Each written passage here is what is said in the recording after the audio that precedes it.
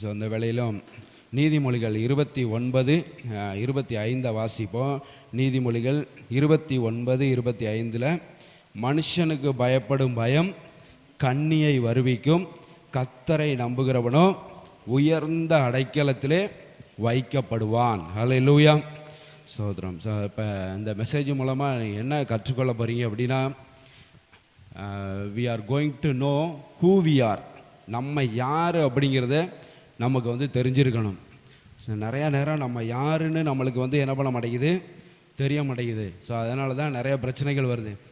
நம்ம கூட யார் இருக்கிறா, நம்ம யாருடைய பிள்ளைகள் அப்படி சொல்லி நம்ம எல்லாருக்கும் நல்லா தெரிஞ்சிருக்கணும். ஸோ நம்ம யாருன்னு நம்ம தெரிஞ்சிருந்தா மனுஷருக்கெல்லாம் நம்ம வந்து என்ன பண்ண மாட்டோம், பயப்பட மாட்டோம். பிசாசோட எந்த ஒரு சதிக்கும், அவனுடைய எந்த ஒரு திட்டம், எந்த ஒரு பிளான் அவன் வச்சுருந்தாலும் அதுக்கெல்லாம் நம்ம வந்து என்ன பண்ண மாட்டோம், பயப்படவே மாட்டோம். ஏன்னா நம்ம யார் நம்ம கூட இருக்கிறா, நம்ம யாரோட பிள்ளைகள் அப்படிங்கிறது நம்மளுக்கு நல்லா தெரிந்திருக்க வேண்டும். ஸோ அதனால் நீங்கள் யார் அப்படிங்கிறத என்ன பண்ண போகிறீங்க, இன்றைக்கி நீங்கள் கண்டுபிடிக்க போகிறீங்க. ஸோ அப்போ வந்து கர்த்தரை நம்புகிறவனோ உயர்ந்த அடைக்கலத்திலே வைக்கப்படும். மனுஷனை இங்கிலீஷில் வந்து அழகாக சொல்லப்பட்டிருக்கு, the fear of human opinion disables, trusting in God protects from that அப்படி சொல்லப்பட்டிருக்குது. ஸோ மனுஷன் என்ன சொல்லுவானோ, மனுஷனுடைய கருத்துக்கள், மனுஷனுக்கு பயப்படுகிற பயம், இதெல்லாம் நம்மளை வந்து செயலிழக்க பண்ணிடும். இதெல்லாம் நம்மளை வந்து என்ன பண்ணிடும், செயலிழக்க பண்ணிடும். நம்ம ஒரு டிசேபிள்டு பர்சனாக நம்மளை வந்து என்ன பண்ணிடும், மாற்றிடும். ஆனால் ஆண்டவரை நம்புகிறது தான் அதுக்கு சொல்யூஷன். ஆண்டவரை நம்பணும் அப்படின்னா இந்த fear of fear of anything, எதுனாலும் சரி அதெல்லாம் நம்மளுக்கு இல்லாமல் போயிடும். இந்த டிசபிலிட்டியே இல்லாமல் போயிடும். எதுவும் நம்மளை வந்து செயலிழக்க பண்ண முடியாது. அல்லேலூயா. நம்ம ஏன்னா கர்த்தரை நம்புகிறோன்னா உயர்ந்த அடைக்கலத்திலே வைக்கப்படுவான் அப்படின்னு வசனம் சொல்லுது. ஸோ அதனால் கர்த்தரை நம்பி உயர போக போகிறீங்களா, இல்லை மனுஷருக்கு இல்லை வேறு எதுக்காச்சும் பயந்துக்கிட்டு இங்கே கீழே இருக்க போகிறீங்களா? அது நம்முடைய கரத்தில் தான் இருக்கிறது. ஸோ ஸ்டூடெண்ட்ஸுக்கு, பிஸ்னஸ் பண்ணுறவங்களுக்கு, ஒர்க் பண்ணுறவங்க எல்லாத்துக்குமே இந்த செய்தி ரொம்ப பிரயோஜனமாக இருக்கும். இப்போ நம்முடைய வாழ்க்கையில் நம்ம எல்லாருக்கும் இலக்குகள், குறிக்கோள்கள், நோக்கம் எல்லாமே எல்லாருக்கும் உண்டு, இருக்குது. அப்படி தானே? எல்லாருக்கும் ஒரு குறிக்கோள் இருக்கும், எல்லாருக்கும் ஒரு கனவு இருக்கும். எல்லாருக்கும் ஒரு கனவு இருக்கும். அந்த இதை நான் வந்து அச்சீவ் பண்ணணும், இதை நான் எப்படியாச்சும் நான் நிறைவேற்றணும் அப்படி சொல்லி நம்மளுக்கு எல்லாத்துக்கும் ஒரு கனவு இருக்கும். அப்துல் கலாம் சொல்கிறார், கனவு காணுங்கள் அப்படி சொல்கிறாருல்ல. ஸோ அது மாதிரி எல்லாத்துக்கும் ஒரு கனவு இருக்கும். அந்த கனவை அடைகிறதுக்கு நம்ம எல்லாரும் போராடிக்கிட்டு இருக்கிறோம். ஸோ அநேக போராட்டங்கள் வழியாக அந்த இலக்கு, குறிக்கோளெல்லாம் நம்ம எல்லோரும் அடைய போகிறோம். ஆனால் அதை தடுக்கிற வகையில் இருக்கிறது தான் அந்த மனுஷருக்கு பயப்படுகிற பயம். ஹியூமன் ஒப்பீனியன்ஸை வந்து நம்ம கேட்டுக்கிட்டே இருந்தோம்னா நம்மளை வந்து டிசேபிள்டு பர்சனாக மாற்றிடும். மனுஷனோட கருத்து, அவன் என்ன சொல்லுவானோ, இவன் என்ன சொல்லுவானோ, நம்முடைய கனவு இப்படி இருக்கும், எல்லாரோட ட்ரீமும் இருக்கும். ஆனால் அவன் என்ன நினப்பானோ, இவன் என்ன நினப்பானோ, இதை சொன்னால் அவன் என்ன சொல்லுவானோ அப்படின்னு நம்ம மனுஷரோட அதான் வந்து சொல்லப்படுது இந்த ஃபியர் ஆஃப் ஹியூமன் ஒப்பீனியன். அதுதான் இந்த இதுக்கு அவன் என்ன கருத்து சொல்ல போகிறானோ தெரில, அவன் என்ன சொல்ல போகிறான்னு தெரியல. இது வந்து நம்மளை டிசேபிள்டு பர்சனாக, செயலிழந்த ஒரு பர்சனாக நம்மளை வந்து என்ன பண்ணிடும், மாற்றிடும். மாறா நீங்கள் கர்த்தரை நம்பி உங்கள் கனவுகளெல்லாம் வந்து என்ன பண்ணணும், பர்சியூ பண்ணணும். அந்த கனவை நோக்கி என்ன பண்ணணும், ஓட வேண்டும். அந்த ட்ரீமை பர்சியூ பண்ணணும். ஹல்லேலூயா, ஸ்தோத்திரம். ஸோ அது இப்போ ட்ரீமை பர்சியூ பண்ணுறதுக்கு கர்த்தரை நம்புகிறது ஒரு பெரிய காரியம். ஹல்லேலூயா, ஸ்தோத்திரம். கர்த்தரை நம்பினீங்கன்னா கண்டிப்பாக இந்த கனவுகளெல்லாம் வாய்க்க பண்ணுவார், இந்த குறிக்கோள்களெல்லாம் வாய்க்க பண்ணுவார், கர்த்தரே காரியத்தை வாய்க்க பண்ணுவார் அப்படின்னு இந்த வருஷம் கர்த்தர் நமக்கு வாக்குத்தத்தத்தையும் கொடுத்துருக்கிறார். ஸோ அப்போ ஏதோ வாழ்க்கை ஒன்று வாழ்கிறோம் அப்படின்னு குறிக்கோள் இல்லாமல் நம்ம வந்து என்ன பண்ணக்கூடாது, வாழக்கூடாது. ஒரு குறிக்கோளோட, ஒரு நோக்கத்தோட, ஒரு கனவோடு நம்ம எல்லாரும் வாழணும். அப்படி வாழ்கிறப்ப நம்ம வந்து நிறைய காரியங்கள் நம்மளை சுற்றி நிற்கிற சோர்வுகள், ஏமாற்றங்கள், பாடுகள், உபத்திரவங்கள், இது எல்லாத்தையும் தாண்டி தான் அந்த கனவை போய் நம்ம வந்து என்ன பண்ண முடியும், அடைய முடியும். ஸோ அப்படி இது எல்லாத்தையும் ஏமாற்றங்கள், சோர்வுகள், பாடுகள் இது எல்லாத்தையும் தாண்டி போகிறப்ப ஒரு சில நபரோட ரிலேஷன்ஷிப்பு அல்லது ஒரு சில நபரோட ஒப்பீனியன் இதையும் நம்ம வந்து என்ன பண்ணக்கூடாது, கண்டுக்கக்கூடாது. அப்படின்னா தான் நம்ம கனவை என்ன பண்ண முடியும், அடைய முடியும். நீங்கள் எல்லாரோட ஒப்பீனியனையும் கேட்டுக்கிட்டே போனீங்கன்னா உங்கள் கனவை நீங்கள் வந்து என்ன பண்ண முடியாது, அடைய முடியாது. உங்கள் குறிக்கோளை நீங்கள் வந்து என்ன பண்ண முடியாது, அடைய முடியாது. நீங்கள் வந்து மனுஷரை பிரியப்படுத்துகிறீங்களா, கர்த்தரை பிரியப்படுத்துகிறீங்களா? மனுஷரை பிரியப்படுத்திக்கிட்டே இருந்தால் நம்மளால் என்ன பண்ண முடியாது. நம்ம ஒரு குறிக்கோள் செட் பண்ணி வச்சுருக்கிறோம், நம்ம ஒரு கோல் செட் பண்ணி வச்சுருக்கிறோம். அந்த கோல் நோக்கி நம்ம மனுஷரை பிரியப்படுத்துகிறவர்களாக இருந்தால் அதை நோக்கி நம்மளால் என்ன பண்ண முடியாது, போக முடியாது. ஆனால் தேவனை பிரியப்படுத்துனீங்கன்னா கர்த்தர் பார்ப்பார். கர்த்தர் உங்களை குறித்து நல்ல திட்டம் வச்சுருக்கிறாரு. ஆனால் நம்மளும் நம்மளை குறித்து என்ன பண்ணணும், நல்ல திட்டங்களை நம்மளும் வகுக்க வேண்டும். ஸோ அப்போ கர்த்தர் மேலே நீங்கள் நம்பிக்கை வைக்கிறப்ப கர்த்தர் நமக்கு உதவி செய்வார். நம்முடைய கோலை அடைவதற்கு, நம்முடைய ட்ரீமை அடைவதற்கு கர்த்தரும் நம்மளுக்கு வந்து என்ன பண்ணுவார், கண்டிப்பாக உதவி செய்வார். ஹல்லேலூயா, ஸ்தோத்திரம். ஸோ அதனால் சில பேரோட ஒப்பீனியன், சில பேரோட ரிலேஷன்ஷிப் இதெல்லாம் வந்து நம்ம என்ன பண்ணணும், சில நேரம் நம்ம வந்து கட் பண்ண வேண்டியிருக்கும். அப்போ தான் நம்ம ட்ரீமை வந்து என்ன பண்ண முடியும், அடைய முடியும். அப்போ தான் நம்ம குறிக்கோளை அடைய முடியும். ஏன்னா ஏன் சில பேரோட ரிலேஷன்ஷிப்பை நம்ம வந்து கட் பண்ணணும், அவங்களோட ஃபெலோஷிப்பை ஏன் கட் பண்ணணும், சில பேரை நம்மளுடைய வாழ்க்கையிலேருந்து ஏன் அகற்றணும் அப்படின்னா, அவங்க எப்படிப்பட்ட ஆட்களாக இருப்பாங்க அப்படின்னா, நெகட்டிவாக திங்க் பண்ணுற ஆளாக இருப்பாங்க, எதுக்கு எடுத்தாலும் நெகட்டிவாக பேசுகிறவங்களாகவே இருப்பாங்க. ஸோ அந்த மாதிரி ஆட்களை என்ன பண்ணிடணும், அவங்களோட நீங்கள் போய் ரொம்ப ஃபெலோஷிப் வச்சுட்டு அவங்களோட நீங்கள் ரொம்ப மிங்கிள் ஆகிட்டுலாம் இருந்தீங்கன்னா நீங்கள் உங்களோட கனவை என்ன பண்ண முடியாது, அடையவே முடியாது. உங்கள் குறிக்கோளை நீங்கள் அடைய முடியாது. அவங்க எப்படியெல்லாம் சொல்லுவாங்க அப்படின்னா, நீ ஒன்று என்ன நினச்சிட்ருக்கிற, பெரிய ஆள் நினச்சிக்கிட்டு இருக்கிறியா, இதை நீ வந்து அச்சீவ் பண்ணிடுவியா, இது எவ்வளோ பெரிய காரியம் தெரியுமா, இதை வந்து அசால்ட்டாக நீ சொல்கிற, நீ உன்னை பற்றி என்ன நினச்சிக்கிட்டு இருக்க அப்படின்னு, who to you think you are அப்படின்னு கேட்பாங்க. உன்னை நீ என்ன நினச்சிட்ருக்க அப்படின்னு சொல்லி என்ன பண்ணுவாங்க, கேட்பாங்க. அப்புறம் வந்து இன்னொன்று சொல்லுவாங்க, you will never be able to do it அப்படிம்பாங்க. உன் கனவெல்லாம் கேட்டேன், ஆனால் உன்னால் இதை என்ன பண்ண முடியாது, அடைய முடியாது. இந்த குறிக்கோளை நீ எல்லாம் வந்து அடையிறதுக்கு சான்ஸே கிடையாது அப்படின்னு பேசுவாங்க. அப்புறம் இன்னொரு சில பேர் பேசுவாங்க, ஃபர்கெட் தட் ட்ரீம் அப்படிம்பாங்க. அந்த கனவை மறந்துரு, அந்த குறிக்கோளை என்ன பண்ணிடு, மறந்துரு, அதெல்லாம் முடியாது அப்படி சொல்லுவாங்க. அப்புறம் இன்னொரு சில பேர் என்ன சொல்லுவாங்க, it's never going to be happened அப்படிம்பாங்க. இது நடக்கிறதுக்கு சாத்தியமே கிடையாது, நடக்காது அப்படின்னு என்ன பண்ணிடுவாங்க, சொல்லுவாங்க. You are never going to be able to change anything அப்படிமா, உன்னால் எதையும் மாற்ற முடியாது, விட்டுரு அப்படின்னு என்ன பண்ணுவாங்க, சொல்லுவாங்க. ஸோ இது மாதிரி நெகட்டிவாகவே பேசுகிற பர்சன் இருப்பாங்க. ஸோ அவங்கள வந்து என்ன, அவங்களோட நீங்கள் என்ன பண்ணக்கூடாது, மிங்கிள் ஆகக்கூடாது. அவங்களோட நீங்கள் மிங்கிள் ஆகி அவங்களோட நல்ல ஃபெலோஷிப் வச்சுருந்தீங்கன்னா உங்களோட ட்ரீமை என்ன பண்ண முடியாது, நீங்கள் அடைய முடியாமல் போய்டும். உங்களோட குறிக்கோளை நீங்கள் அடைய முடியாது. இவங்களுக்கு என்ன பேர் தெரியுமா, ட்ரீம் பர்ஸ்டர்ஸ் அப்படின்னு பேர். இவங்களுக்கு என்ன பேர், ட்ரீம் பர்ஸ்டர்ஸ். உங்களோட கனவு, நல்ல கனவு இருக்கும், நல்ல குறிக்கோள் இருக்கும், ஆனால் இவங்க வந்து அதை பொசிக்கிடுவாங்க. அந்த ட்ரீமெல்லாம் வந்து என்ன பண்ணிடுவாங்க, ஒன்றும் இல்லாமல் ஆக்கிடுவாங்க. நீங்கள் பாட்டில் உட்காந்து ஒரு அரை மணி நேரம் உங்களோட கனவை எடுத்து அந்த பர்சனுக்கு சொன்னீங்கன்னா ஒரே வார்த்தை 2 வார்த்தையில் அதை பர்ஸ்ட் பண்ணி விட்ருவாங்க, பொசுக்கி விட்டு போயிடுவாங்க. ஆட ஒரே வார்த்தை தான் சொன்னால் எல்லாம் போச்சே அப்படின்ற மாதிரி ஆகிடும்.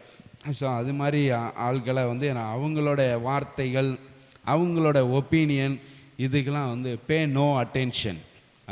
அவங்களோட கருத்துக்களுக்கெல்லாம் வந்து என்ன பண்ணாதீங்க, அதுக்கெல்லாம் கவனம் செலுத்தாது. அவங்களோட அது மாதிரி ஆட்கள் இந்த உலகத்தில் நிறைய பேர் இருப்பாங்க. நெகட்டிவாக பேசுகிறது, நம்மளை வந்து கீழே தள்ளுற மாதிரி, சோர்வு உண்டாக்குற மாதிரி பேசுகிற ஆட்கள் இந்த உலகத்தில் என்ன பண்ணுவாங்க, நிறைய பேர் இருப்பாங்க. அவங்க சொல்கிறதெல்லாம் நம்ம வந்து கேட்டுக்கிட்டே இருந்தோன்னா நம்மளுக்கு என்ன தெரியுமா வரும், பயம் வரும், கவலை வரும், சந்தேகம் வந்துடும். பயம், கவலை, சந்தேகம். ஒருவேளை அடைய முடியாமல் தான் இருக்குமோ, பெரிய கனவோ, ஒருவேளை அந்த குறிக்கோள் வந்து நம்மளால் அடைய முடியாதோ, பயமாக இருக்குதே, கவலையாக இருக்குதே, சந்தேகமாக இருக்குதே, முடியாது போல் அப்படின்ன மாதிரி ஒரு சூழ்நிலைக்கு கொண்டு வந்துடுவாங்க. ஸோ ஸ்டூடெண்ட்ஸு, பிஸ்னஸ் பண்ணுறவங்க, ஒர்க் பண்ணுறவங்க எல்லாருக்குமே இந்த காரியம் என்ன வாழ்க்கையில் இருக்க தான் செய்யும். ஏன்னா எல்லாருக்குமே குறிக்கோள் இருக்குல்ல, குறிக்கோள் இல்லாமல் ஆளே கிடையாது. படிக்கிறவங்களுக்கும் குறிக்கோள் இருக்குது, பிஸ்னஸ் பண்ணுறவங்களுக்கும் குறிக்கோள் இருக்குது. எந்த ஒர்க் பண்ணாலும் அதில் ஒரு கோல் கண்டிப்பாக இருக்கும். அந்த கோலை நோக்கி ஓடுறப்ப இந்த மாதிரி ஒப்பீனியன் உள்ள ஆட்கள் அவங்களுடைய ஃபெலோஷிப்பை நம்ம வந்து என்ன பண்ணிடணும், கட் பண்ணிடணும்.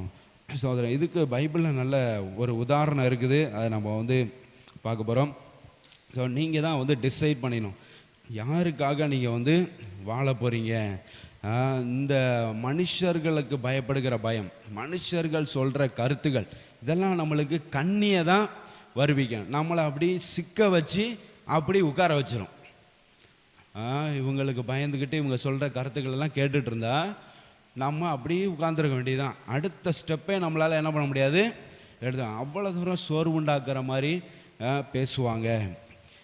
பைபிளில் வந்து நீங்கள் வந்து பார்த்தீங்கன்னா பர்த்திமேயுன்னு ஒரு குருடன், லூக்கா 18ஆம் அதிகாரத்தை எடுத்துக்கொள்வோம். லாஸ்ட் வீக் லூக்கா 19ஆம் அதிகாரத்துலேருந்து பேசினேன். லூக்கா 19 வந்து இயேசு கிறிஸ்து எரிகோக்குள்ளே போயிட்டார். எரிகோக்குள்ளே போய் அங்கே ஒரு பாதையில் நடந்து போயிட்டுருக்கிறாரு. அப்போ தான் காட்டத்தி மரத்தில் சகைவை பார்க்குறாரு. ஆனால் லூக்கா 18ஆம் அதிகாரத்தில் கடைசியில் இயேசு கிறிஸ்து எரிகோ நோக்கி என்ன பண்ணுறாரு, போகிறார். அடுத்த அதிகாரத்தில் எரிகோக்குள்ளே போயிடுறாரு. இந்த கடைசி அந்த 18ஆம் அதிகாரம் கடைசி வசனங்களில் வந்து பார்த்தீங்கன்னா எரிகோவை நோக்கி 35ஆம் வசனத்தை பாருங்கள், 18-35. பின்பு அவர் எரிகோவுக்கு சமீபமாய் வரும்போது ஒரு குருடன் வழி அருகே உட்கார்ந்து பிச்சை கேட்டு கொண்டிருந்தான்.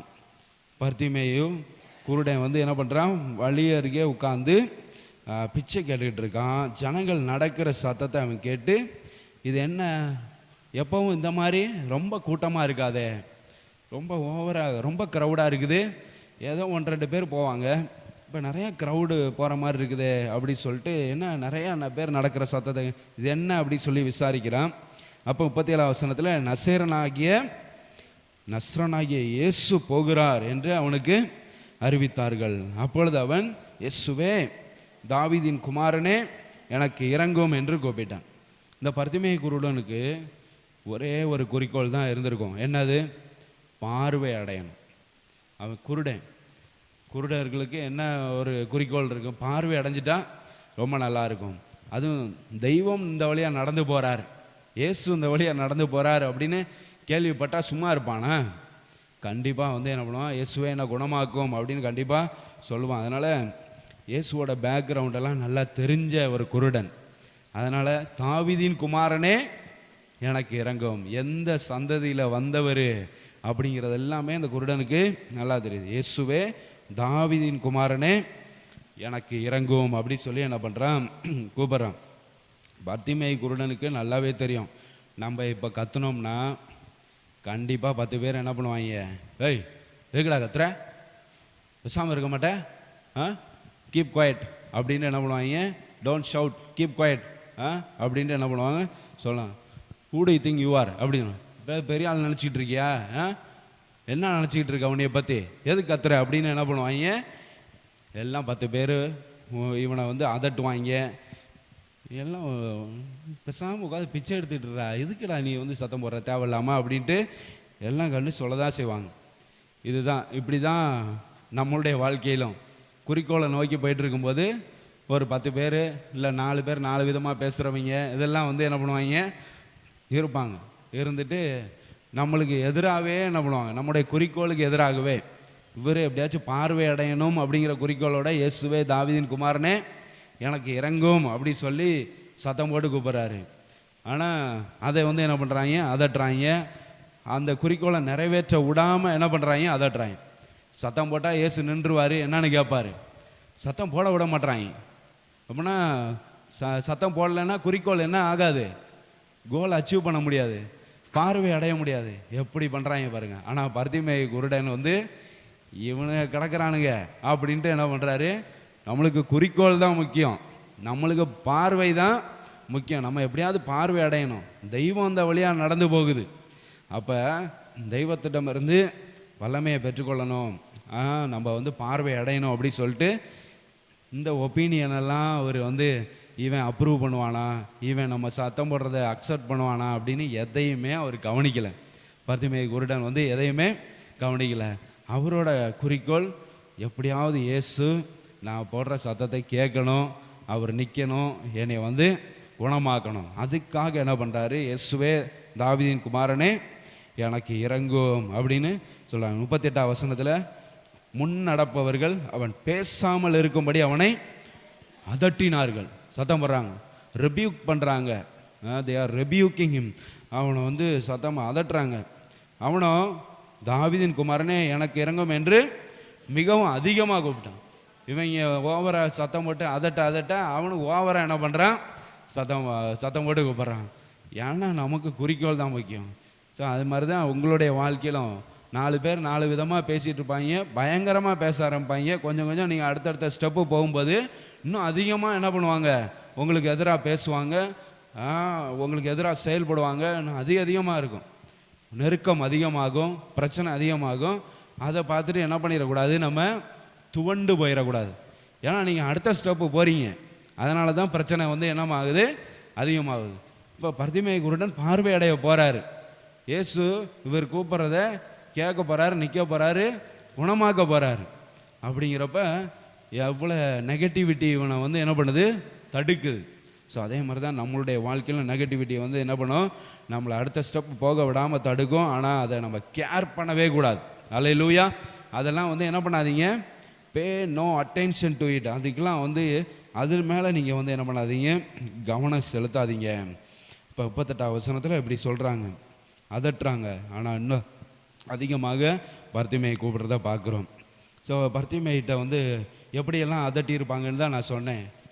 என்ன பெரிய ஆளா, நீ கூப்பிட்டா ஏசு நின்றுவார, நீ கூப்பிட்டா ஏசு நின்று உன்னைய வந்து பார்த்துட்டு தம்பி உனக்கு என்ன வேணும் அப்படிலாம் கேட்பாரு நினச்சிக்கிட்டு இருக்கியா, சும்மா இரு அப்படின்னு. He is not a normal person, he is very important person.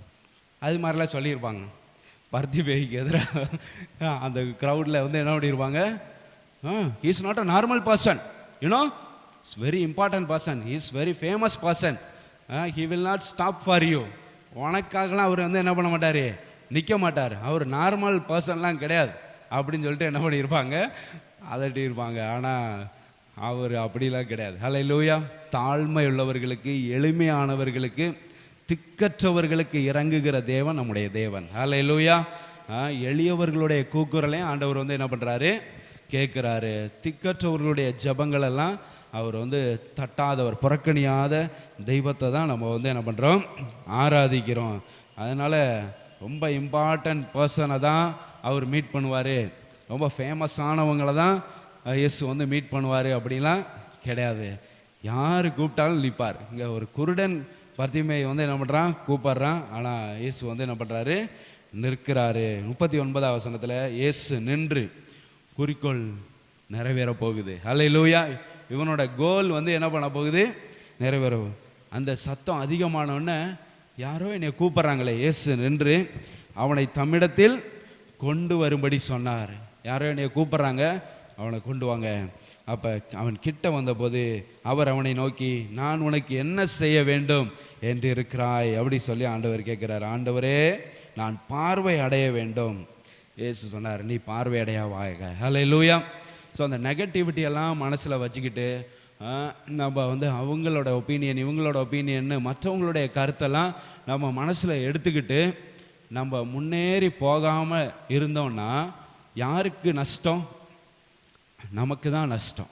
சரிங்களா. இப்போ பர்த்திமேயு குருடன் வந்து அதட்டின உடனே சரிங்க ஒன்றுமே பேசலைங்க அப்படின்ட்டு இருந்திருந்தான்னா, அமைதியாக இருந்திருந்தான்னா பார்வை அடைஞ்சிருப்பாரா, பார்வை அடைஞ்சிருக்க மாட்டார். ஹல்லேலூயா. ஸோ அந்த நெகட்டிவிட்டியெல்லாம் தாண்டி போனார். அதெல்லாம் அவர் கேர் பண்ணவே இல்லை. அவன் திட்டுறவன் திட்டிட்டு போகிறான், நமக்கு எதிராக செயல்படுகிறவன் செயல்பட்டுட்டு போகிறான், என்ன வேணாலும் சொல்லிட்டு போகிறாங்க. நம்முடைய குறிக்கோள் என்ன, ஹல்லேலூயா, அதுதான் நம்மளுக்கு முக்கியம். ஸோ அதனால் படிக்கிற உங்களுக்கும் சரி, வேலை பார்க்குறவங்களும் சரி, உங்களுடைய குறிக்கோள் என்ன, அதை நோக்கி நீங்கள் போயிட்டே இருங்க. யார் நெகட்டிவாக பேசுகிறாங்களோ அதெல்லாம் வந்து நீங்கள் காதில் என்ன பண்ணாதீங்க, வாங்கி கொள்ளாதீங்க. இப்போ நிறையா, இப்போ அப்படி கொஞ்சம் மாற்றி சொல்கிறேன் பாருங்களேன். இப்போ நிறைய பேர் நம்மளுக்கு எதிராக செயல்படுறவங்க வந்து அவங்க நெகட்டிவாக பேசுகிறாங்க, இவங்க நெகட்டிவாக பேசுகிறாங்க. அப்படி வேறு ஆட்கள் வந்து என்ன பண்ணுறதில்ல, இப்போ நம்மகிட்ட பேசுகிறதில்ல. நம்முடைய மனசே நம்மளுக்கு விரோதமாக பேசுது. மற்றவங்க சொல்கிறத விட அவர் என் ரிலேஷனு அவர் வந்து இப்படி சொன்னார், என் நண்பன் நான் அவன் கனவை சொன்னோன்னே அவன் இப்படி சொல்லிட்டான், அவன் கருத்து வேறு மாதிரி சொல்கிறான், இப்படி எல்லாம் நடக்காது, கஷ்டம், எல்லாம் அச்சீவ் பண்ண முடியாது அப்படி இப்படின்ட்டு அவன் சொல்கிறான் இவன் சொல்கிறான். அதெல்லாம் விட்டுட்டு நம்முடைய மனசே நம்மளுக்கு எதிராக இப்போ வந்து என்ன பண்ணுது, நீ என்ன அவ்வளோ பெரிய ஆளா, அந்த ட்ரீமெல்லாம் உன்னால் என்ன பண்ண முடியாது, அச்சீவ் பண்ண முடியாது. நம்முடைய மனசே நம்மக்கிட்ட வந்து என்ன பண்ணும், சொல்லும். இது யார் பண்ணுற வேலை, பிசாசு பண்ணுற வேலை. பிசாசு வந்து என்ன பண்ணுவான், பயங்கரமான ட்ரீம் வச்சுருக்கானையா, பெரிய ஆள் ஆயிடுவானோ அப்படின்ட்டு, ஃப்யூச்சரில் பெரிய ஆள் ஆயிடுவான் போலையே, ஆண்டவருக்கு வேற முக்கியத்துவம் கொடுக்குறான் அப்படி இப்படின்ட்டு என்ன பண்ணுவான் பிசாசு வந்துட்டு இவனோட மைண்டை கெடுத்து விட்டுறணும். இவனோட மனசே இவனுக்கு விரோதமாக என்ன பண்ணணும், பேசணும்.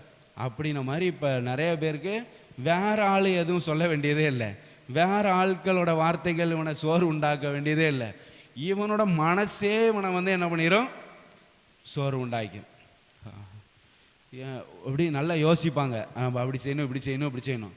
அப்புறம் கொஞ்ச நேரம் கழித்து பார்த்தா ரொம்ப டல்லாக வருவேன். என்ன அப்படின்னா அவங்களோட மனசே அவங்கள வந்து இப்படிலாம் இப்படிலாம் செய்யணும்னு சொன்னது, இன்னும் கொஞ்ச நேரத்தில் அதெல்லாம் ஒன்றுமே முடியாது, பேசாமல் உட்காரு அப்படின்னு உட்கார வச்சிடும்.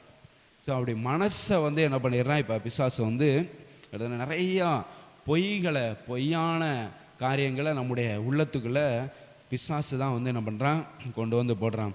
அவன் வந்து என்னென்ன வார்த்தைகள் அவன் சொல்லுவான்னா, நீ ஆண்டவருடைய அன்புக்கெல்லாம் பாத்திரவானே கிடையாது அப்படின்ன மாதிரி பேசுவான். ஆண்டவர் வந்து உனக்கு உதவி செய்வாருன்னு நினைக்கிறியா, நீ இவ்வளோ பெரிய ட்ரீமை வந்து அச்சீவ் பண்ணுறதுக்கு ஆண்டவர் உதவி செய்வார்னு, ஆண்டவருடைய அன்புக்கு நீ பாத்திரவானே கிடையாது. ஆண்டவர் நினைக்கிற மாதிரி நீ இல்லவே இல்லை, ஆண்டவர் நினைக்கிற மாதிரி நீ இல்லவே இல்லை. நீ ஆண்டவருக்கு பிரியமாவா நடக்கிற, ஆண்டவருக்கு பிரியம் இல்லாத வழியில் தான் நீ நடக்கிற, அப்புறம் எப்படி ஆண்டவர் உனக்கு உதவி செய்வார் அப்படின்ன மாதிரி என்ன பண்ணுவான், அவன் பேசுவான். அப்புறம் வந்து you will never live up to God standards. ஆண்டவருக்குன்னு ஒரு ஸ்டாண்டர்ட் இருக்குது, அந்த ஸ்டாண்டர்டுக்கு ஈக்குவலாக நீ என்னைக்காச்சும் நடந்திருக்கியா?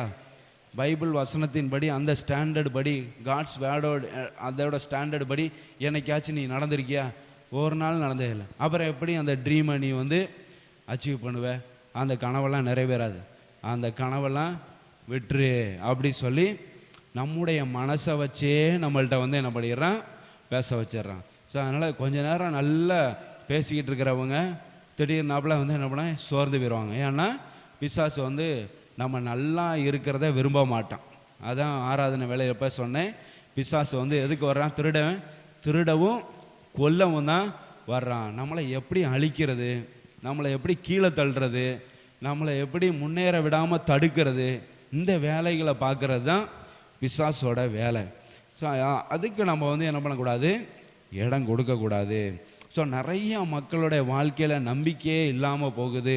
அதோட காரணம் என்ன, பிசாசு அவங்களுடைய மனதில் பல பொய்களை விதைச்சு விட்டு என்ன பண்ணிடுறான், போயிடுறான். நீங்கள் வந்து யூ ஆர் நாட் வர்தி, நீங்கள் வந்து பாத்திரவானே கிடையாது, நீங்கள் உங்களுக்கெல்லாம் தகுதியே கிடையாது அப்படின்ன மாதிரி நிறைய காரியங்களை, பொய்யான காரியங்களை மனசில் வந்து விதைச்சிடுறதுனால அது முளைச்சி வரும்போது, அந்த விதைகள் முளைச்சி வரும்போது இவங்க அப்படி சோர்வுக்குள்ளே ஆயிடுறாங்க.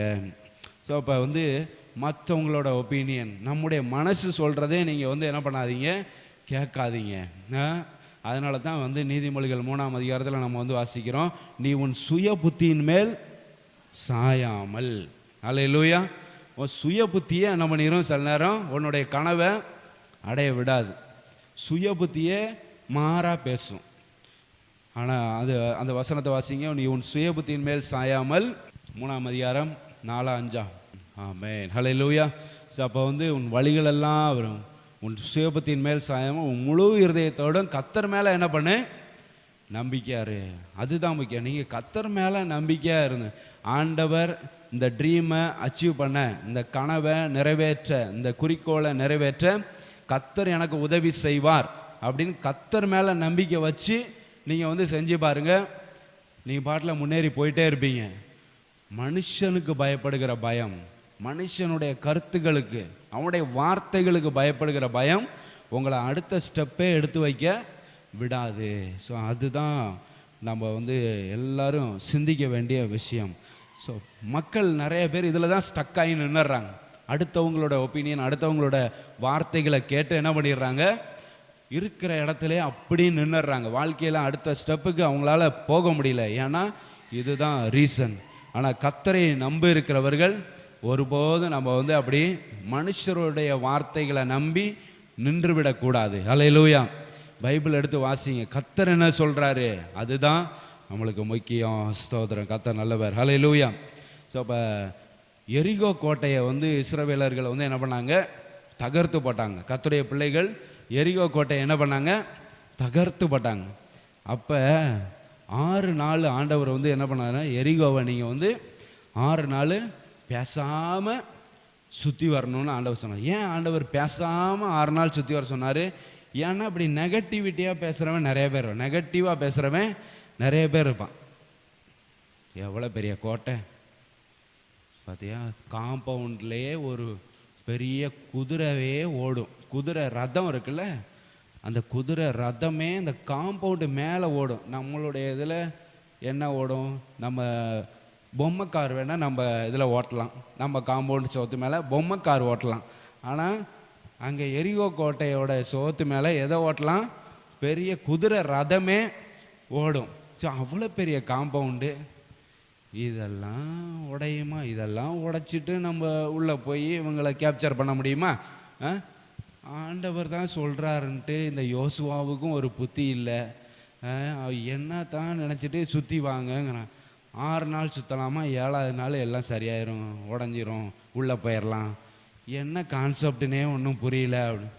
அதனால தான் ஆண்டவர் சொன்னார், இப்படி நெகட்டிவாக பேசுகிறவன் நிறைய பேர் இருப்பாங்க, பேசாமல் என்ன பண்ணணும், சுற்றி வரணும்.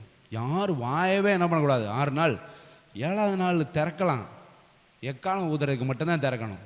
அப்போவும் வேறு எந்த வார்த்தையும் பேசுகிறதுக்கு என்ன பண்ணக்கூடாது, வாய் திறக்கக்கூடாது. 7ஆம் நாள் கர்த்தரை துதிக்கணும். நல்லா துதிச்சிங்கன்னா எரிகோ கோட்டை தகர்ந்து போயிடும் அப்படின்னு பாட்டு ஃபாதர் நல்லா பாடி, விழுகுது விழுகுது எரிகோ கோட்டை, எழும்புது எழும்புது இயேசுவின் படை. அல்லேலூயா. ஸோ 6 நாள் மௌனமாக எல்லா நெகட்டிவிட்டிக்கும் நோ அப்படின்னு சொல்லிட்டு, நெகட்டிவாக பேசுகிறவனாலையும் பேச முடியல. அவன் வாய் அப்படி வரும், வாய் ஃபுல்லாக வார்த்தைகள் இருக்கும், கொட்டி தீக்கணும் போல இருக்கு. என்னடா மனுஷன் நினச்சிக்கிட்டு இருக்கான், லீடர் இப்படி பண்ணுறானே அப்படின்ன மாதிரி யோசுவா மேலே, கர்த்தர் மேலே. ஏன்னா நம்மளுடைய இஸ்ரவேல் ஜனங்களை முறுமுறுக்கிறத வந்து நம்ம எகிப்துலேருந்து வெளியில் வர ஆரம்பித்தோம். எகிப்துக்குள்ளே இருந்து முறுமுறுத்தாங்க, எகிப்துலேருந்து வெளியில் வந்தாலும் நம்ம ஆளுங்க வெளியில் வந்தோடனே முறுமுறுக்க ஆரம்பித்தவங்க தான் இப்போ வர நம்ம முறுமுறுத்துக்கிட்டே தான் இருக்கிறோம். இப்போவும் நம்முடைய வாழ்க்கையில் ஏதாச்சும் ஒரு பிரச்சனை வரட்டுமே, உடனே நீங்கள் என்ன பண்ணுவீங்க, ஆண்டவர்லாம் இருக்கிறாரான்னு தெரில, கர்த்தர்லாம் இதை பார்க்குறாரான்னு தெரில, எதுக்கு இப்படி நடக்குது, ஏன் என் வாழ்க்கையில் மட்டும் இப்படி நடக்குது அப்படின்னு இப்போவும் நம்ம அந்த இஸ்ரவேல் புத்திரர் மாதிரியே நம்ம வந்து என்ன பண்ணுறோம், ஆண்டவர் எவ்வளவோ நன்மைகளை செய்திருக்கலாம், அற்புதங்களை செய்திருக்கலாம், ஆனாலும் நம்ம முறுமுறுக்கிறத இப்போ வர விடலை. இதுதான் நெகட்டிவிட்டியே. நம்மகிட்ட இருக்கிற எதிர்மறையான ஒரு காரியம் இதை நம்ம மனசு தான். நம்முடைய மனசு தான் நிறைய டைமு நம்மளுடைய நமக்கு வர இருக்கிற ஆசீர்வாதங்கள், நமக்கு வர இருக்கிற நன்மைகள் எல்லாத்தையும் கெடுத்து போடுறது நம்முடைய மனசு தான். 4 பேர் எல்லாம் வார்த்தை சொல்லி நம்மளை கெடுக்க வேண்டிய அவசியமே இல்லை. நம்மளே நம்மளை வந்து என்ன பண்ணிடுவோம், நம்முடைய மனசே நம்மளை கெடுத்துரும். ஸோ அதுதான் நம்ம வந்து அகற்ற வேண்டும். அல்லேலூயா. நம்முடைய மனசில் இருக்க தாறுமாறுகளெல்லாம் அகற்ற வேண்டும். வசனம் சொல்லுதில்ல, உன் மனசில் இருக்க தாறுமாறுகளை உன்னை விட்டு அகற்றி அப்படி சொல்லப்பட்டிருக்கு. ஸோ தாறுமாறாக யோசிக்கும் நம்ம மனசு. எங்கே நீ அடுத்த ஸ்டெப்லாம் வைக்காத, அதெல்லாம் ஒன்றும் முடியாது உன்னால். தாறுமாறாக யோசித்து உங்களுக்கு ஆலோசனை கொடுக்கும். சுய புத்தியின் மேல் சாயாத. அல்லேலூயா. சுய புத்தியின் மேலே சாயாத. முழு இருதயத்தோடும் கர்த்தரை நம்பு. முழு இருதயத்தோடு கர்த்தரை நம்பு, காரியம் வாய்க்கும். அல்லேலூயா. சோதர, அதனால் நீங்கள் வந்து 2 சாய்ஸ் தான் உங்களுக்கு இருக்கிறது. என்னது? Either you are going to fear other people or fear your own mind or you are going to trust in God. Choice is yours. Hallelujah. நீங்கள் மற்றவங்களுக்கு பயந்துக்கிட்டே இருக்க போகிறீங்களா? மற்றடைய வார்த்தைகளுக்கு, கருத்துக்களுக்கு, இல்லை உங்களுடைய மனசுக்கே நம்ம மனசு என்ன சொல்லணும் தெரியலையே, நம்மளுக்கு தான் அவ்வளோ தைரியம் இல்லையே, மன தைரியத்தெல்லாம் விட்டுருவாங்க. ஸோ இது மாதிரி இப்படி இதை கேட்டுக்கிட்டு அப்படி உட்காந்துருக்க போகிறீங்களா? இல்லை ஆண்டவரை நம்பி அடுத்த ஸ்டெப் எடுத்து வைக்க போகிறீங்களா? ஹல்லேலூயா. ஸோ ரெண்டாவது சூஸ் பண்ணுங்கள். ஆண்டவரை trust in God and take the next step. Hallelujah. ஆண்டவரை நம்பி அடுத்த ஸ்டெப்பை எடுத்து வைங்க. கண்டிப்பாக ஆண்டவர் அந்த காரியத்தை ஆசீர்வதிப்பார். கர்த்தர் காரியத்தை என்ன பண்ணுவார்? வாய்க்க பண்ணுவார். ஸோ இப்போ நீங்கள் யார் அப்படிங்கிறது உங்களுக்கு நல்லா தெரிஞ்சு, நீங்கள் கர்த்தருடைய பிள்ளைகள். நீங்கள் செய்கிறது அது கண்டிப்பாக உங்களுடைய முயற்சிகள் எல்லாவற்றையும் கர்த்தர் என்ன பண்ணுவார்? ஆசீர்வதிப்பார். எரேமியா 29:11 ஆண்டவர் சொல்றாரு பாருங்க, நீங்கள் எதிர்பார்த்திருக்கும் முடிவை, எரேமியா 29:11, உங்களுக்கு கொடுக்கும்படிக்கு நான் உங்கள் பேரில் நினைத்திருக்கிற நினைவுகளை அறிவேன் என்று கர்த்தர் சொல்லுகிறார். அவைகள் தீமைக்கல்ல, சமாதானத்துக்கு ஏதுவானவைகளே. தீமையாக வருகிறதெல்லாம் பிசாசுக்கிட்ட இருந்து வருது, கர்த்தரிடத்துலேருந்து வருகிறதெல்லாம் சமாதானத்துக்கு ஏதுவானவைகள். ஹல்லேலூயா. ஸோ அதனால் கர்த்தர் மேலே நம்பிக்கை வச்சுருந்தீங்கன்னா கர்த்தர் நல்ல அருமையான வாக்கு தத்தங்கள் எல்லாம் நமக்கு கொடுத்துருக்கிறார். ஹல்லேலூயா. ஸோ நம்மளை குறித்து ஆண்டவரும் நல்ல திட்டம் வச்சுருக்கிறாரு. நம்மளும் நம்ம வச்சுருக்கிற அந்த குறிக்கோளை அடைவதற்கு ஆண்டவர் என்ன பண்ணுறாரு? நம்மளுக்கு உதவியும் செய்கிறாரு. ஹல்லேலூயா. யோவான் 10:9 நம்ம வாசிப்போம். யோவான் 10:9 அதான் நம்ம ஆராதனையில் சொன்ன காரியம். ஆமென். ஹல்லேலூயா. திருடவும் கொல்லவும் அழிக்கவும் தான் வர்றான், நானும் அவைகளுக்கு ஜீவன் உண்டாயிருக்கும், அந்த ஜீவன் பரிபூர்ண படம் வந்தேன். அதனால் நானே வாசல். என்னைய நம்பி, இந்த வாசலை நம்பி நீங்கள் உட்பிரவேசித்தீங்கன்னா, ஹல்லேலூயா, கர்த்தரே வாசல். இந்த வாசலை நம்பி நீங்கள் உட்பிரவேசித்தீங்கன்னா அவன் ரட்சிக்கப்படுவான், அவன் பாதுகாக்கப்படுவான். எவ்வளோ பாவியாக இருந்தாலும் சரி, எவ்வளோ குற்றம் செய்தாலும், யாராக இருந்தாலும் சரி, இயேசுவை நம்பி இந்த வாசல், நானே வாசல் அப்படி சொன்ன இயேசுவை நம்பி உட்பிரவேசித்தீங்கன்னா, அந்த வாசல் வழியாக உட்பிரவேசித்தீங்கன்னா பாதுகாக்கப்படுவீர்கள். அவன் உள்ளும் புறமும் சென்று மேய்ச்சலை கண்டடைவான். ஹல்லேலூயா. நல்ல ஒரு ரெஸ்ட்டை ஆண்டவர் என்ன பண்ணுவார்? தருவார். இந்த உலகத்தில் அந்த மன அமைதி தானே கிடைக்க மாட்டேங்குது. எப்போ பார்த்தாலும் ஒரு குழப்பம், ஒரே ஸ்ட்ரெஸ்ஸு, அழுத்தம், குழப்பம், இப்படி தான் லைஃபு போயிட்டுருக்கு. ஆனால் நல்ல ஒரு மேய்ச்சல், நல்ல ஒரு ரெஸ்ட்டு, ஹல்லேலூயா, நல்ல ஒரு மன அமைதியை கர்த்தர் என்ன பண்ணுறாரு? கொடுக்குறார். சங்கீதம் 23:2 எல்லாருக்கும் தெரிஞ்ச வசனம் தான். ஆமாம், அவர் என்னை புல்லுள்ள இடங்களில் மேய்த்து அமர்ந்த தண்ணீர் அண்டையில். ஆண்டவரை நம்பி போனீங்க அப்படின்னா சேஃபான நல்ல காம் வாட்டர் உள்ள இடத்துல கொண்டு போய் உங்களை என்ன பண்ணுவார்? வைத்து விடுவார். அமர்ந்த தண்ணீர் அண்டையில் கொண்டு போய் விடுவார். ஹல்லேலூயா, ஸ்தோத்திரம். ஸோ அதனால் கர்த்தரை நம்பி நீங்கள் அடுத்த ஸ்டெப்பை எடுத்து வைங்க. புல்லுள்ள இடங்களில் மேய்த்து அமர்ந்த தண்ணீர் அண்டையில் நடத்துகிற அந்த தெய்வத்தை நம்பி, ஹல்லேலூயா, அந்த இயேசுவை நம்பி அடுத்த ஸ்டெப்பை எடுத்து வைங்க. கண்டிப்பாக எல்லாமே பீஸ்ஃபுல்லாக இருக்கும். ஹல்லேலூயா. எல்லாமே சமாதானத்துக்கு ஏது வகையிலாக இருக்கும். எல்லா காரியமும் நீங்கள் எடுத்து வைக்கிற காரியங்கள், முயற்சி பண்ணுற காரியங்கள் எல்லாத்தையும் கர்த்தர் வாய்க்க செய்வார். ஹல்லேலூயா. ஸோ அதனால் நீங்கள் யார் அப்படிங்கிறது உங்களுக்கு தெரிஞ்சிச்சுன்னா, மனுஷருக்கு அவங்களுடைய வார்த்தைகளுக்கு நீங்கள் கண்டிப்பாக பயப்பட மாட்டீங்க. ஹல்லேலூயா. நீங்கள் யாருன்னு உங்களுக்கு தெரிஞ்சுன்னா நீங்கள் தொடர்ந்து கர்த்தரை என்ன பண்ணுவீங்க? நம்புவீங்க. ஹல்லேலூயா. நீங்கள் யாருன்னு உங்களுக்கு தெரிஞ்சிச்சுன்னா அடுத்த ஸ்டெப்பு எடுத்து வைக்க நீங்கள் பயப்படவே மாட்டீங்க. ஹல்லேலூயா. இப்போ தெரியுதா? நீங்கள் யாருன்னு தெரியுதா? நானே வாசல்னு சொன்ன இயேசுவோட பிள்ளைகள். ஹல்லேலூயா. இந்த வாசல் வழியாக உட்பிரவேசியுங்கள். இயேசுவே வாசல். ஹல்லேலூயா. அந்த வாசல் வழியாக இயேசுவுக்குள்ளே வாங்க. இயேசுவுக்குள்ளே வந்துட்டீங்கன்னா அமர்ந்த தண்ணீர் அண்டையில் அமரச் செய்வார். ஹல்லேலூயா. பீஸ்ஃபுல்லான ஒரு வாழ்க்கை கர்த்தர், மன அமைதி உள்ள நிம்மதியான ஒரு வாழ்க்கை. போராட்டங்கள், கலக்கங்கள், பிரச்சனை எல்லாம் இருக்கும், ஆனால் மனசில் அந்த ஒரு அமைதியை கர்த்தர் தருவார். ஹல்லேலூயா. அதையே பற்றி சிந்தித்து கொண்டிருக்கக்கூடாது. அடுத்து என்ன பண்ண, அது எல்லாம் ஆண்டவர் நடத்துவார். நான் ஆண்டவரை 100% என்ன பண்ணுறேன்? நம்புகிறேன், விசுவாசிக்கிறேன், ஆண்டவர் நடத்துவார் அப்படி சொல்லிட்டு போயிட்டே இருக்கணும். நாளைக்காக என்ன பண்ணாதீங்க, கவலைப்படாதீங்க. நாளைய தினம் நாளைக்காக என்ன பண்ணும், அந்த தினம் அதுக்காக கவலைப்படும். ஆனால் நீங்கள் நாளைக்காக என்ன பண்ணக்கூடாது, கவலைப்படக்கூடாது. அடுத்த ஸ்டெப்பு எப்படி எடுத்து வைக்கிறதுன்னு நீங்கள் என்ன பண்ணாதீங்க, கவலைப்படாதீங்க. கர்த்தரை நம்பி எடுத்து வைங்க, கண்டிப்பாக காரியத்தை வாய்க்க செய்வார். ஜெபம் பண்ணலாம். ஸ்தோத்திர ஆண்டவரே, நன்றியோடு துதிக்கிற ராஜா கர்த்தாவே, உம்முடைய பிள்ளைகளோடு நீர் இடைப்பட்டதுக்காக நன்றி செலுத்துகிறோம். கர்த்தாவே ஸ்தோத்திர ராஜா, நாங்கள் மனிதர்களை பிரியப்படுத்துகிறவர்களாக இருக்கக்கூடாது ஆண்டவரே. மனிதர்களுக்கு முக்கியத்துவம் கொடுக்கிறவர்களாக நாங்கள் இருக்கக்கூடாது ராஜா. ஹல்லேலூயா. ஆண்டவரே, உமக்கு ஃபஸ்ட் ப்ரையாரிட்டி ஆண்டவரே, உமக்கு தான் நாங்கள் கொடுக்கணும். ஸ்தோத்திர ராஜா, முதலாவது தேவனுடைய ராஜ்யத்தையும் அவருடைய நீதியும் தேடுகிறவர்களாக உம்முடைய பிள்ளைகளை மாற்றுங்க ஆண்டவரே. அப்பொழுது இவைகளெல்லாம் உங்களுக்கு கூட கொடுக்கப்படும் என்று சொன்னீர் ஆண்டவரே. ஸ்தோத்திர ராஜா, ஹல்லேலூயா. ஆண்டவரே, உமக்கு முக்கியத்துவம் கொடுத்துட்டா மற்ற எல்லாமே everything else will fall into its place. Hallelujah. எல்லாமே வாய்க்கும், மற்ற காரியங்கள் எல்லாம் கர்த்தர் வாய்க்க செய்வார். உமக்கு முக்கியத்துவம் கொடுக்குற பிள்ளைகளாக உங்கள் பிள்ளைகள் எல்லாரையும் மாற்றுங்க. ஹல்லேலூயா. சோதரர், எவ்வளோ பிரச்சனைகள் ஆண்டவர், கலக்கங்கள், போராட்டங்கள் ஆண்டவர், குழப்பங்கள் உம்முடைய பிள்ளைகளை சூழ்ந்து இருந்தாலும் கர்த்தர் நீர் உம்முடைய பிள்ளைகளை அமர்ந்த நீரண்டை வழி நடத்துவீராக. ஹல்லேலூயா. ஸ்தோத்திரம் ஆண்டவரே. உம்முடைய பிள்ளைகள் ஆண்டவரே ஸ்தோத்திரம் உம்முடைய வாசலுக்குள்ளே பிரவேசிப்பார்களாக. ஹல்லேலூயா. ஸ்தோத்திரம். உள்ளும் புறமும் சென்று ஆண்டவரே மேய்ச்சலை கண்டடைவார்களாக. ஹல்லேலூயா. நிறைய பாசிபிலிட்டிஸ், நிறைய ஆப்பர்ச்சுனிட்டிஸ் எல்லாமே நீங்கள் வச்சிருக்கிறீங்க ஆண்டவரே. அதை உள்ளும் புறமும் சென்று கண்டடைய நாங்கள் செபிக்கிற ராஜா. ஹல்லேலூயா. ஆண்டவரே, வாய்ப்புகளை எல்லாம் உம்மிடத்திலிருந்து அவர்கள் கண்டுகொள்ள நாங்கள் செபிக்கிறோம்.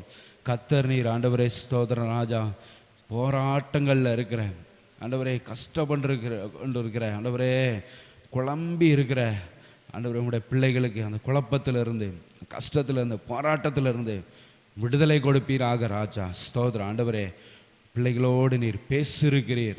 ஹல்லேலூயா. ஆண்டவரே, உம்முடைய பிள்ளைகள் யார் என்பதை இப்பொழுது அவர்கள் அறிந்திருக்கிறார்கள் ஆண்டவரே. ஸ்தோத்திரம். சர்வ வல்லமையுள்ள தேவனுடைய பிள்ளைகள். ஹல்லேலூயா. ஸ்தோத்திர ராஜா, உம்மை நம்பி ஆண்டவரே ஸ்தோத்திர ராஜா உம்முடைய பாதத்தில் அமர்ந்திருந்து ஆண்டவருடைய உம்முடைய வார்த்தைகளை கேட்டு அடுத்தடுத்த ஆண்டவரே ஸ்தோத்திர முயற்சிகளெல்லாம் எடுத்து வெற்றி பெற நாங்கள் செபிக்கிறோம். ஹல்லேலூயா. ஆண்டவரே ஸ்தோத்திர ராஜா, ஒரு வெற்றியுள்ள ஆண்டவரே வாழ்க்கை எல்லாரும் வாழ நாங்கள் செபிக்கிற ராஜா. கர்த்தருடைய ஆலயத்திலிருந்து உங்களுடைய பிள்ளைகளை நாங்கள் ஆசீர்வதிக்கிறோம். கர்த்தர் நீர் ஆசீர்வதிப்பீராக.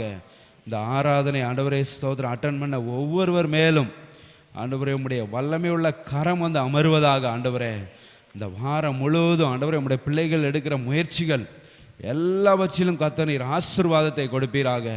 ஹல்லேலூயா. ஆண்டவரே ஸ்தோத்திரம், எல்லா பிரச்சனைகள், எல்லா பொல்லாப்புகள், எல்லா தீமையான காரியங்களுக்கும் உம்முடைய பிள்ளைகளை விலக்கி பாதுகாத்து கொள்வீராக. ஆண்டவரே ஸ்தோத்திர ராஜா, உன் பக்கத்தில் 1000 பேரும் உன் வலது பக்கத்தில் 10,000 பேர் விழுந்தாலும் அது உன்னை அணுகாது என்று சொன்ன தெய்வம். ஹல்லேலூயா. எந்தவித பொல்லாப்பும் உம்முடைய பிள்ளைகளுக்கு நேரிடாமல் நீங்கள் பாதுகாத்து கொள்ளுங்க ஆண்டவரே. உடைய பிள்ளைகளோடு கூட இருந்து வழி நடத்துங்க ராஜா. ஆண்டவரே, இன்னைக்கு ஈவினிங் நடக்கிற மிஷன் கன்வென்ஷனுக்கு கர்த்தர் நீர் ஆசீர்வதிப்பீராக. நாங்கள் நினைத்ததை விட, நாங்கள் எதிர்பார்த்ததை விட மிகவும் அது ஆசீர்வாதமாக நடந்து முடிய நாங்கள் செபிக்கிற ராஜா. கர்த்தர் நீரே அதை பொறுப்பெடுத்து நடத்துவீராக. எல்லாவற்றையும் உம்முடைய கரத்தில் ஒப்புக் கொடுக்கிறோம். இந்த ஆராதனையை நீர் நேர்த்தியாக நடத்தினதுக்காக உங்களுக்கு நன்றி செலுத்துகிறோம். இயேசுவின் நாமத்தில் செபிக்கிறோம் எங்கள் ஜீவனில் நல்ல பிதாவே, ஆமென். என் ஆத்துமாவே கர்த்தரை ஸ்தோத்திரி, என் முழு உள்ளமே கர்த்தருடைய பரிசுத்த நாமத்தை ஸ்தோத்திரி.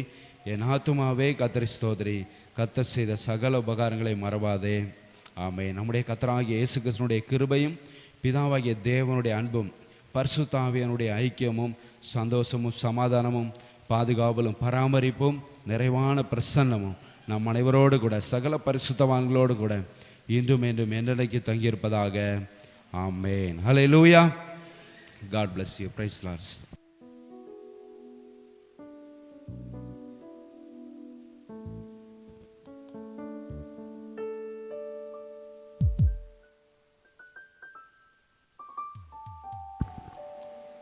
கருவிலே தாயின் தாயின் கருவிலே